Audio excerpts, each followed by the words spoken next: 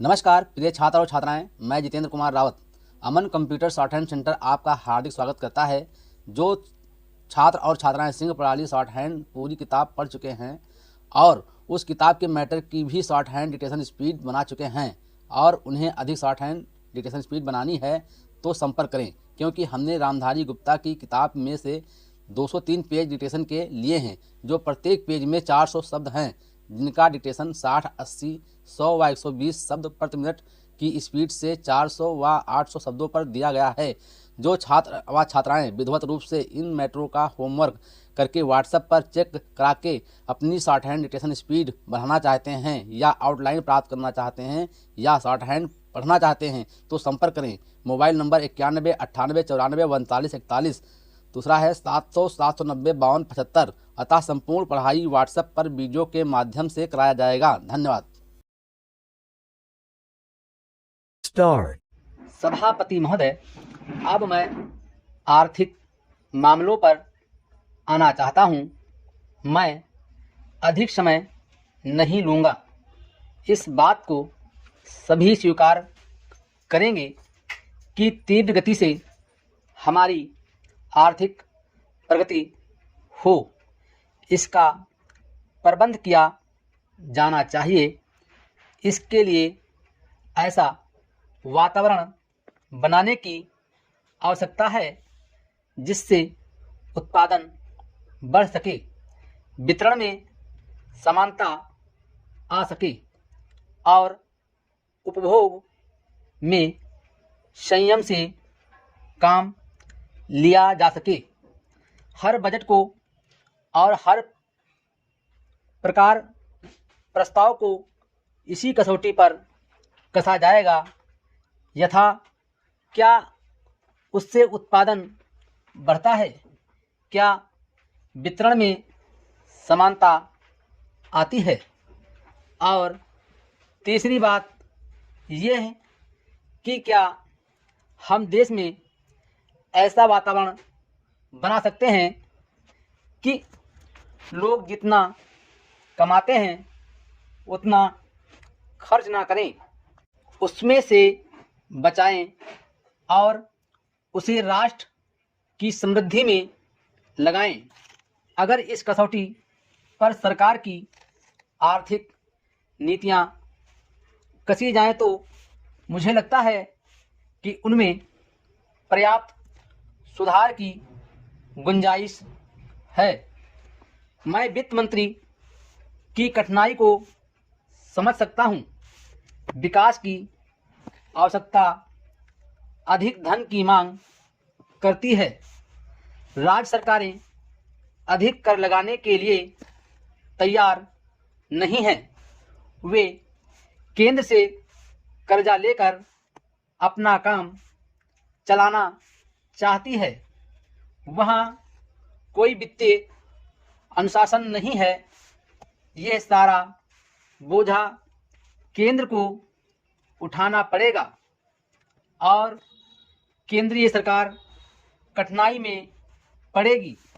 इसलिए मैं समझता और सुझाव को दोहराना चाहता हूं कि राज्यों को इस संबंध में निर्देश दिया जाना चाहिए। संविधान के अंतर्गत केंद्र इन राज्यों को निर्देश दे सकता है कि वो अपने साधनों के अंतर्गत अपने खर्च को चलाएं। केंद्र के कर्ज पर निर्भर नहीं रहना चाहिए। विशेष परिस्थितियों में कर्जा दिया जा सकता है, लेकिन कर्जा लेकर अपना काम चलाना यह उनका स्वभाव नहीं बनना चाहिए। अपवाद रूप में कर्जा लेकर वो किसी विशेष परिस्थिति का सामना करने के लिए प्रस्तुत हो तो उसका विरोध नहीं किया जा सकता। दूसरी बात यह है कि देश में सादगी और संपत्ति को उड़ाने के बजाय उसे उत्पादक कार्यों में लगाने का वातावरण बनाना चाहिए। मैं नहीं जानता वित्त मंत्री महोदय इससे कहाँ तक सहमत होंगे, लेकिन आज देश में समाजवाद की चर्चा बहुत होती है। लोगों का समाजवाद की ओर देखने का दृष्टिकोण विकृत हो गया है। लोग हमें क्या मिलता है इस ओर ज़्यादा ध्यान देते हैं, हम कितना खर्च करते हैं इस ओर ध्यान नहीं देते हैं। समाजवाद बिना संपत्ति की अभिवृद्धि किए और बिना उसके समान वितरण के नहीं आ सकता। हमारा देश कृषि प्रधान देश है। पति महोदय, खेती के बाद उद्योग का हमारे देश के आर्थिक जीवन में बड़ा प्रमुख और महत्वपूर्ण स्थान है। स्वतंत्रता के बाद देश में बड़े बड़े और मौलिक उद्योग धंधे खड़े किए गए हैं जिनकी बहुत आवश्यकता थी। उस दिशा में अच्छा प्रयास किया गया है और उसमें बड़ी सफलता भी मिली है। लेकिन जहां बड़े बड़े उद्योग धंधे खड़े हुए, वहां छोटे छोटे उद्योग धंधों की, विशेष रूप से उन उद्योग धंधों की जो देश में परंपरा से चले आ रहे थे, बड़ी उपेक्षा हुई। बहुत से उद्योग धंधे अपने पुराने ढंग से चले आ रहे हैं, उनमें कोई नया परिवर्तन नहीं लाया जा सकता है, उनका कोई विकास नहीं हो सकता है।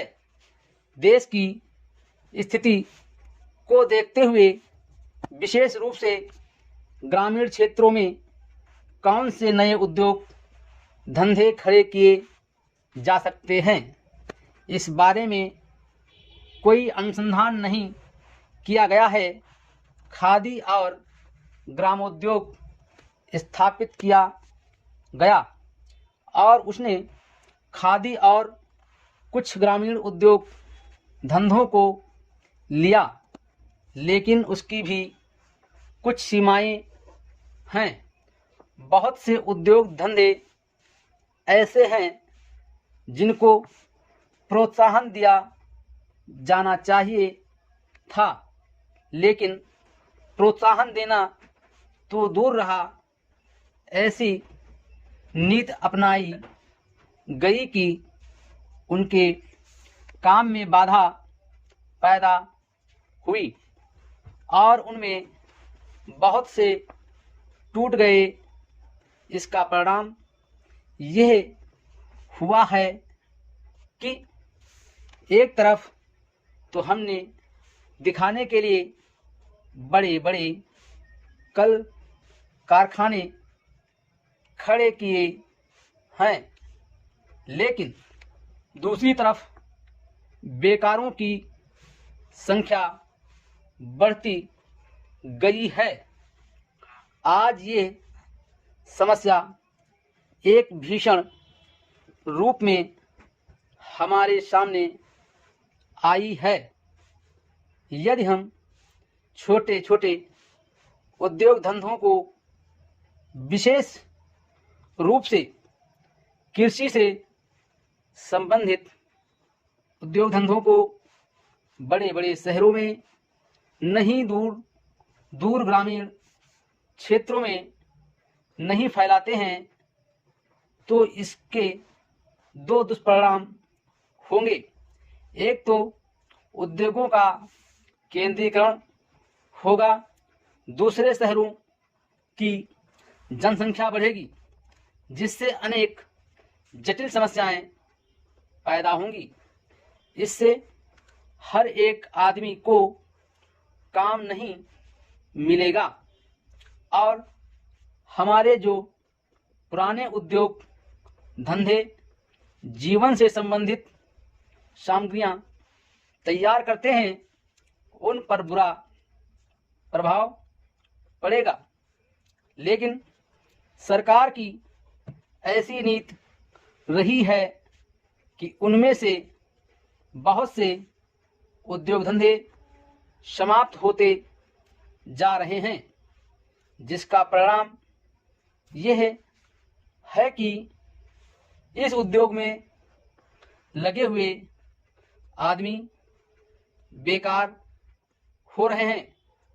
मैं चाहूँगा कि सरकार ऐसे उद्योग धंधों को अधिक प्रोत्साहन देने का प्रयत्न करें।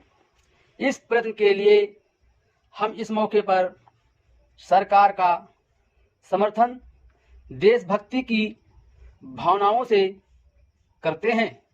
खुश